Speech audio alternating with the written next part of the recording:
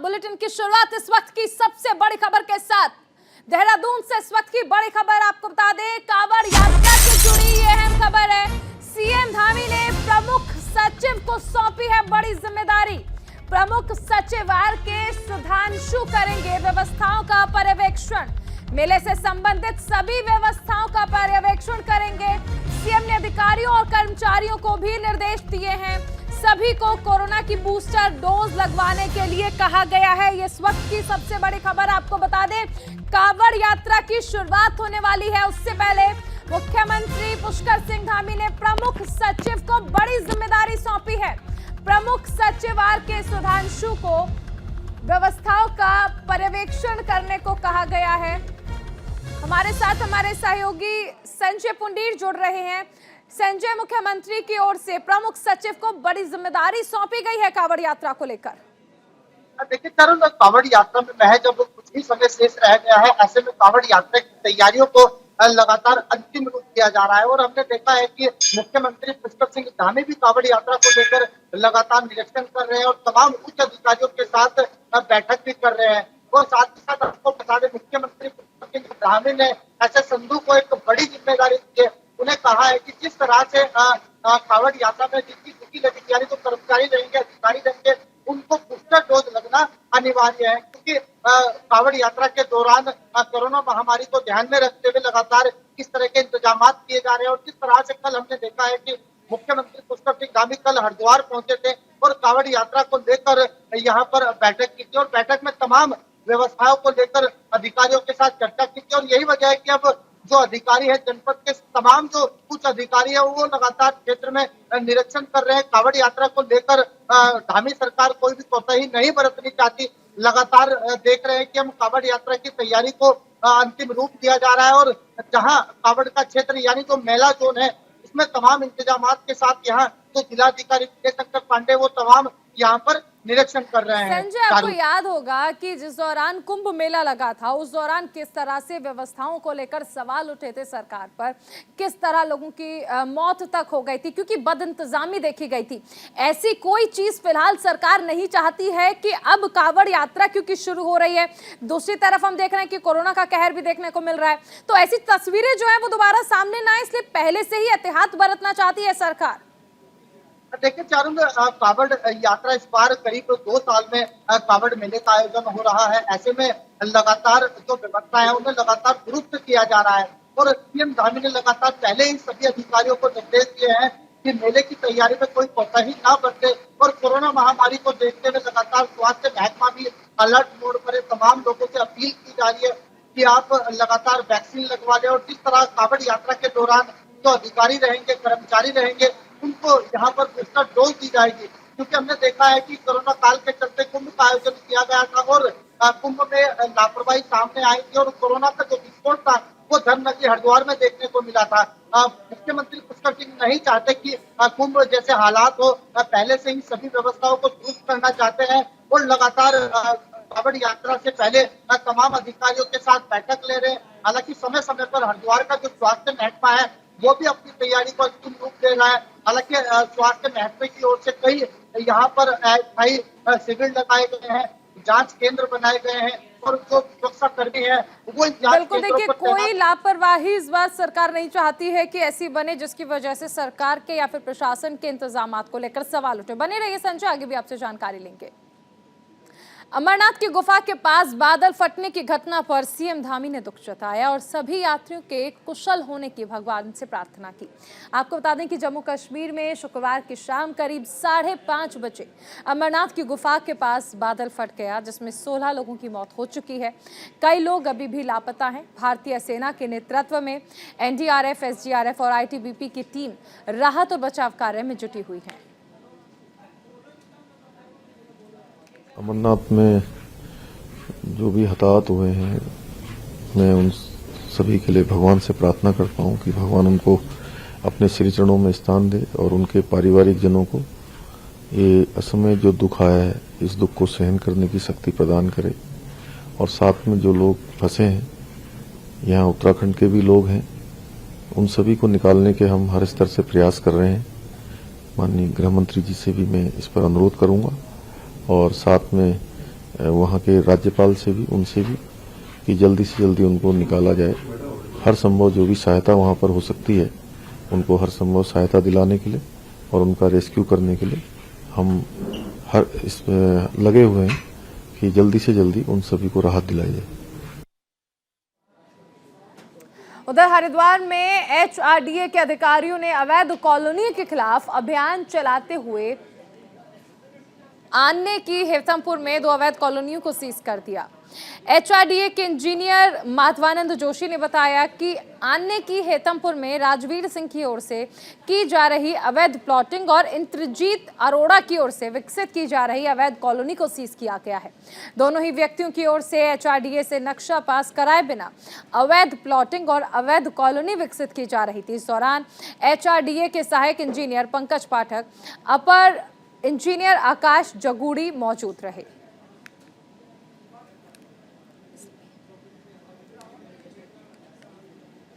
हमारे साथ हमारे सहयोगी संजय पुंडीर बने हुए हैं। संजय, देखिए, कई बार ऐसा होता है कि नक्शा पास कराए बिना भी कॉलोनियों का काम किया जाता है। ऐसी वानगी देखने को मिल रही है हरिद्वार में, लेकिन प्रशासन चाहता है कि ऐसी चीजें जो हैं वो आगे ना बढ़े और इसीलिए इन्हें रोकने का कार्य किया जा रहा है। कई दिनों से लगातार हरिद्वार विकास प्राधिकरण एक्शन मोड में नजर आ रहा है और यही वजह है कि लगातार विकास प्राधिकरण हरिद्वार जिले में कार्यवाही कर रहा है। ताजा मामला हरिद्वार के जहाँ पर आने की हेतमपुर में एक कॉलोनी को सीज किया गया है। हालांकि कॉलोनाइजर को लगातार हिदायत दी जा रही थी, कॉलोनाइजर था वो नक्शा पास नहीं करा रहा था। इसके बाद कहीं ना कहीं विकास प्राधिकरण ने कार्रवाई की है।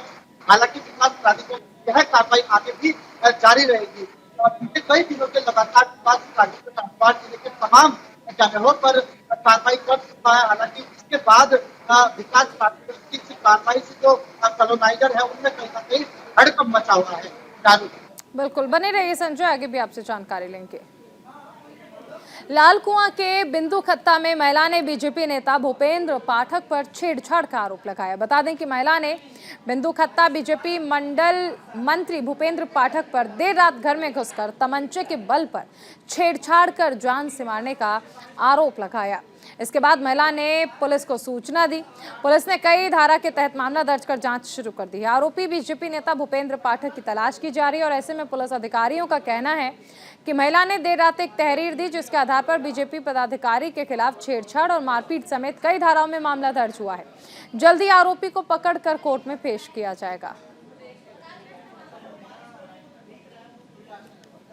प्राप्त हुई थी, एक महिला राजीव नगर की रहने वाली है। एक अभियुक्त भूपेंद्र पाठक है जो उसके घर में घुस गया था, जिसके साथ उसके द्वारा छेड़छाड़ की गई है और जिसमें अभियोग पंजीकृत किया गया है और विवेचना प्रचलित है। तो 354, 452, 504, 506 IPC में अभियोग पंजीकृत किया गया है। उत्तराखंड हाईकोर्ट में हल्द्वानी के वन फूलपुरा में रेलवे जमीन पर अवैध अतिक्रमण हटाने के मामले में सुनवाई हुई। सुनवाई के दौरान याचिकाकर्ता रविशंकर जोशी ने रेलवे जमीन अतिक्रमण करने वालों की ओर से याचिका वापस लेने और घर पर प्रदर्शन करने की धमकियां मिलने के बाद सुरक्षा मुहैया कराने को कहा। बता दें कि 9 नवंबर 2016 को हाईकोर्ट ने रविशंकर जोशी की जनहित याचिका पर सुनवाई करते हुए 10 हफ्ते के भीतर रेलवे की जमीन से अतिक्रमण हटाने का आदेश दिया। कोर्ट ने कहा कि जितने भी अतिक्रमणकारी उनको रेलवे पीपी एक्ट के तहत नोटिस देकर जन सुनवाई करें। वहीं हल्द्वानी में रेलवे की 29 एकड़ जमीन पर अतिक्रमण किया गया, जिनमें करीब 4365 लोग मौजूद थे। पटरी के आसपास रहने वाले लोगों को 2 सप्ताह और उसके बाहर रहने वालों को 6 सप्ताह के भीतर नोटिस देकर हटाएं ताकि रेलवे का विस्तार हो सके। देखिए, हल्द्वानी में जो इलीगल इंक्रोचमेंट रेलवे की लैंड पर है उसको लेकर जो याचिका अभी चल रही थी, आज उस पर सुनवाई हुई थी। उसमें पिटिशनर जो थे रविशंकर जोशी, उनकी तरफ से एक एप्लीकेशन ये लगाई गई थी कि कुछ लोगों द्वारा उनको धमकी दी जा रही है और ये धमकाया जा रहा है कि अपने पिटिशन को वापस ले लीजिए। और कुछ संगठनों द्वारा उनके घर पर भी कुछ मार्च निकालने की और धरना प्रदर्शन करने की कोशिश की गई थी। तो आज पर इस पर जो है आज माननीय उच्च न्यायालय ने बड़ा कठोर कदम उठाते हुए एसएसपी नैनीताल को ये डायरेक्शन दिया है कि इसमें एक इंक्वायरी करें और उस इंक्वायरी रिपोर्ट 2 हफ्ते में कोर्ट को दें। और चीफ स्टैंडिंग काउंसिल ने हाई कोर्ट को ये आश्वस्त किया है कि पिटिशनर और उसके परिवार की सिक्योरिटी का पूरा ध्यान रखा जाएगा और उनको सिक्योरिटी प्रोवाइड कर दी गई है। आगामी मानसून सत्र को देखते हुए लक्सर के जिलाधिकारी की ओर से जिले में अगले आदेश तक खनन पर रोक लगा दी गई है। वहीं लक्सर के एसडीएम गोपाल राम बिनवाल ने अवैध खनन परिवहन पर कार्रवाई करते हुए अवैध खनन से लदे 5 वाहनों को सीज कर दिया। साथ ही पकड़े गए वाहन को एक शख्स जबरन ले जा रहा था, जिसकी सूचना पुलिस को दी गई। वहीं सूचना के आधार पर पुलिस ने वाहन को दोबारा कब्जे में लिया।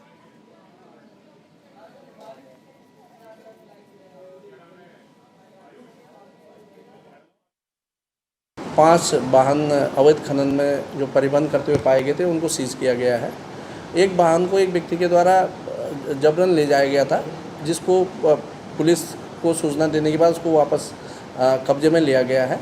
और बाकी इसमें कोई उसमें ये पाया जाएगा कि उसके द्वारा कोई इस तरीके से कोई लापरवाही या चोरी या इस तरह के कोई प्रकरण होगा तो उसमें अग्रिम कार्रवाई भी की जाएगी।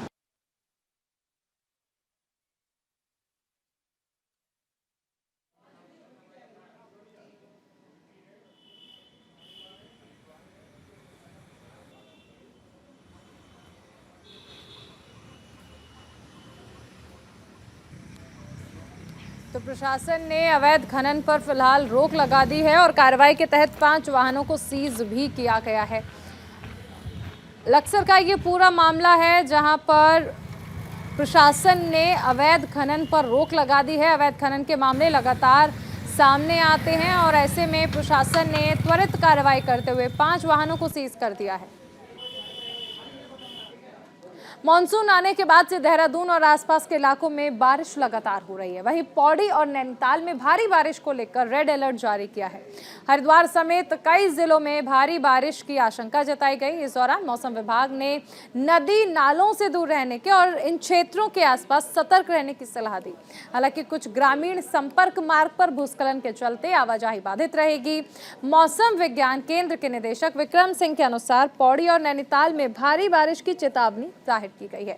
टिहरी, चंपावत, बागेश्वर, उधम सिंह नगर में कहीं कहीं भारी बारिश हो सकती है।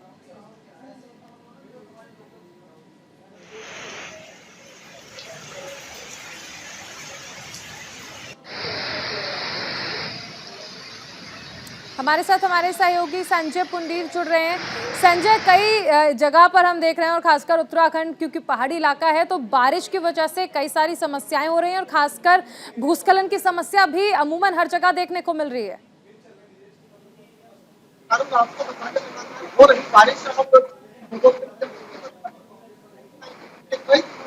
पहाड़ी में लगातार बारिश हो रही है, जिसके बाद पहाड़ी जो लोग हैं, पहाड़ में जो रहने वाले लोग हैं, वो लगातार जो समय अस्त व्यस्त होता है। हालांकि पहाड़ों में हो रही बारिश के बाद चारधाम यात्रा भी पूरी तरह प्रभावित हो गई है और हमने देखा है कि किस तरह से लगातार तस्वीर सामने आ रही है। पहाड़ों में हो रहा है, लैंडस्लाइडिंग हो रही है और देखा है कि मौसम विज्ञान ने किस तरह से 5 जिलों के लिए येलो अलर्ट जारी किया था, तो कहीं ना कहीं जो मौसम विभाग का पूर्वानुमान था वो सही साबित हो रहा है। एकदम देहरादून की बात करें या चंपावत की बात करें या फिर पिथौरागढ़ की बात करें, तमाम जिलों में लगातार हो रही बारिश से लोगों की परेशानी बन गई है। हालांकि अगर इसके पहाड़ी जिलों में जिस तरह से लगातार हमने देखा है कि जो रास्ते हैं वो पूरी तरह बंद हो गए, जिसके कारण लोग वहाँ पर फंस गए हैं। हालांकि चारधाम यात्रा भी दिनों चरण पर है, तो ऐसे में लगातार बद्रीनाथ और केदारनाथ जाने वाले लोगों के लिए काफी परेशानी। संजय, आप बने रहिए, हमारे साथ अनिल सैनी भी बने हुए हैं,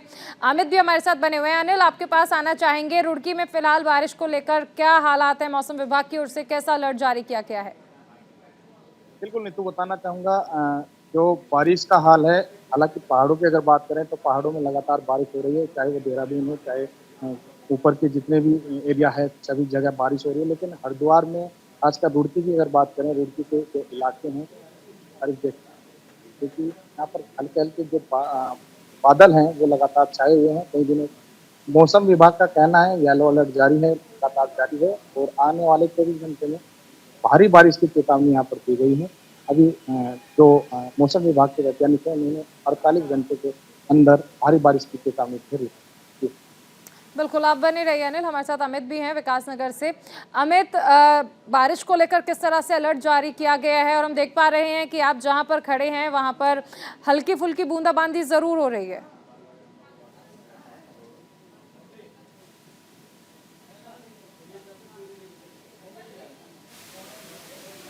सड़कों पे पानी भर गया है और पानी भरने के कारण लोगों को सड़क दिखाई नहीं दे रही है, जिस वजह से काफी एक्सीडेंट भी हो रहे हैं। हाल फिलहाल अभी हमारे सामने थोड़ी देर पहले ही एक्सीडेंट हुआ है, जिसमें कि ग्रामीणों के सामने ही एक्सीडेंट ऐसा हुआ कि पानी भरने के कारण रोड नजर नहीं आई और जो रोड नेशनल हाईवे रोड से कोई गाड़ी चलती हुई आ रही थी वो दूसरे बरामदे में खड़ी गाड़ी को टक्कर मार दिया, क्योंकि बारिश इतनी ताबड़तोड़ बारिश जो हो रही थी जिस वजह से उस ड्राइवर को दिखाई नहीं दे रहा था। ग्रामीण लोग वहां पर मौजूद थे और ग्रामीणों का कहना यह है कि वहां पर जो एक्सीडेंट हुआ वो अचानक एक हादसा था। भारी वर्षा होने के कारण वो एक हादसा था जो कि अचानक ही वो दुर्घटना घटी। फिलहाल यहाँ पर अगर उत्तराखंड में मौसम की बात की जाए तो यहाँ पर भारी वर्षा होने के कारण आप जैसे कि मेरे पीछे इस टाइम देख पा रहे होंगे, नदियां उफान पर हैं, कई रास्ते अपने संपर्क तोड़ चुके हैं, कई सरकारी पुस्ते बह चुके हैं। तो बारिश लगातार यहाँ होने के कारण भारी नुकसान देखने को मिल रहा है और जनता काफी परेशान है, क्योंकि यहाँ पर बिल्कुल बारिश देखिए बारिश की वजह से कई जगह से हादसे की खबरें आ रही हैं। बहुत शुक्रिया मैं तो तमाम जानकारी के लिए। अनिल संजय आप बने रहिए, आगे भी आपसे जानकारी ली जाएगी। ब्रेक के बाद बात करते हैं चमोली की, जहां पर पिछले कुछ दिनों से लगातार हो रही बारिश ने अब लोगों को परेशान कर दिया है। देर रात हुई तेज बारिश ने दशौली और नंदा नगर विकास खंड में अपना कहर बरपाया। वहीं राष्ट्रीय राजमार्ग 107 से समेत ग्रामीण क्षेत्रों की 33 सड़कें अभी भी मलबा आने की वजह से बंद हो गई हैं, जिनको खोलने का काम किया जा रहा है। दशौली ब्लॉक के धारकोट मोटर मार्ग बंद होने के साथ साथ लोगों को काफी नुकसान पहुंचा। हालांकि प्रशासन की ओर से समय समय पर मलबा हटाने का काम किया जा रहा है।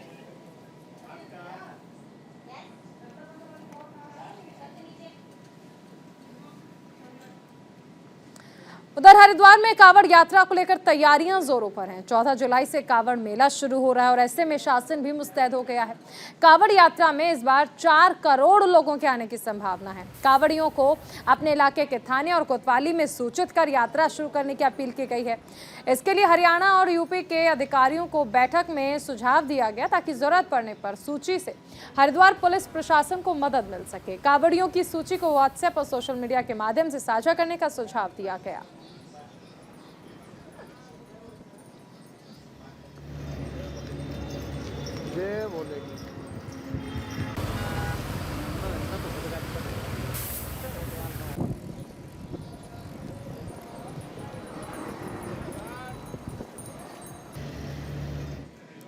सिडकुल पुलिस ने एक युवक को स्मैक के साथ गिरफ्तार किया है। वहीं आरोपी के खिलाफ एनडीपीएस एक्ट की धाराओं में मुकदमा दर्ज किया गया है। वहीं आपको बता दें कि आरोपी के खिलाफ एनडीपीएस की धाराओं में मुकदमा दर्ज किया गया है। बता दें कि सिडकुल पुलिस देर रात गश्त पर थी। पुलिस ने एक संदिग्ध शख्स को रुकने का इशारा किया लेकिन वो भागने लगा। वहीं पुलिस ने कुछ दूरी पर जाकर आरोपी को पकड़ लिया। तलाशी लेने पर आरोपी से स्मैक बरामद हुई।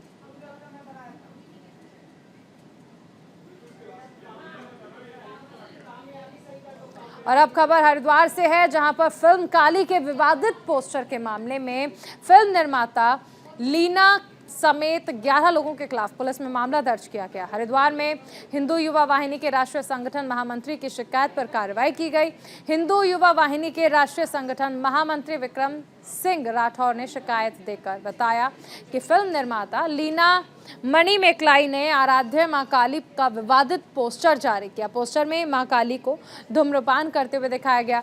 पोस्टर ने देश विदेश में रहने वाले सनातनी हिंदुओं की धार्मिक भावनाओं को भड़काने का काम किया। खबर रुड़की से है, जहां झबरेड़ा विधायक और मंगलौर के पूर्व विधायक ने क्षेत्र में हो रही बिजली कटौती को लेकर ऊर्जा निगम के इंजीनियर से मुलाकात की और बिजली कटौती से होने वाली समस्याओं से अवगत कराया। जल्द से जल्द समस्या के समाधान की मांग की। बता दें कि भीषण गर्मी में अघोषित बिजली कटौती लोगों के लिए मुसीबत बन गई है। रात भर बिजली गुल रहती है, जिसकी वजह से लोगों का जीना मुहाल हो चुका है। बिजली की कुछ समस्याएं लेकर यहाँ पर आए थे, जिसमें उन्होंने अपने क्षेत्र में जनता की विद्युत संबंधित समस्याओं के बारे में अवगत कराया। उसके बारे में हमने उन्हें आश्वस्त किया कि कुछ सिस्टम इम्प्रूवमेंट की आवश्यकता है और उस सिस्टम इम्प्रूवमेंट करके कुछ जहाँ ट्रांसफार्मर की कैपेसिटी एनहेंस होनी है वहाँ पे ट्रांसफार्मर की कैपेसिटी बढ़ा के या तार रिप्लेस होने हैं या कुछ अन्य कारणों से जहाँ पे विद्युत प्रभावित हो रही है के तरीके से हम जितना भी कर सकते हैं अपनी तरफ से भरसक प्रयास करेंगे। मेरी आप लोगों से भी यही निवेदन है कि आप जनता तक ये मैसेज पहुंचाएं कि बिजली चोरी बिल्कुल बर्दाश्त नहीं की जाएगी। उस पर अंकुश लगाने के लिए आप भी अपनी तरफ से एक अपील करें, और चाहे छोटा हो बिजली चोर या बड़ा हो, दोनों एक ही अपराध की श्रेणी में आते हैं और उसमें दोनों के लिए एक ही नियम के तहत अर्थदंड का प्रावधान है। तो इसलिए आप बिजली चोरी पर अंकुश लगाने के लिए मेरी आप सबसे निवेदन है। बिजली की ख़राब हालत को लेकर मैं, माननीय विधायक जी झबरेड़ा, चौधरी इस्लाम साहब, हमारे साथी ये धामा जी, हम सब लोग यहाँ आए थे और हमने यहाँ डीजीएम साहब से रुड़की में बात की। मंगलौर में पूरी रात बिजली की हालत ख़राब है। 5-5 मिनट के लिए बिजली आती है और घंटों के लिए जाती है, आती है। ट्रांसफार्मर पहले, वही ट्रांसफार्मर पहले थे वही अब हैं। वोल्टेज बहुत ख़राब है, अभी आ रहे हैं। तो हालत, देहरादून से अगर बिजली बंद हो तो यहाँ वालों की गलती नहीं, लेकिन अगर 5-5 मिनट के लिए बिजली आ रही है और 15-15 मिनट के लिए, आधा घंटा के लिए और 2-2, 3-3 घंटा के लिए अब जा रही है, जो घोषित नहीं है, तो वो फिर यहाँ के बिजली विभाग का, यहाँ के हमारे क्षेत्रीय विधायक साहब का फॉल्ट है। और रहा सवाल, अब आज इन्होंने, डीजीएम साहब ने हमसे वादा किया कि इसको वो दिखवाएंगे, संज्ञान लेंगे इस बात का, और अगर हमारे यहाँ आने के बाद भी बिजली में सुधार नहीं हुआ तो देहरादून अधिकारियों से बात करेंगे, और अगर ज़रूरत पड़ी तो यहाँ हम फिर जो हमारा लोकतांत्रिक तरीका है उसमें हम धरना देंगे। ऊर्जा प्रदेश है, ऊर्जा प्रदेश में भी अगर बिजली नहीं होगी तो फिर हिंदुस्तान में और बिजली कहाँ होगी।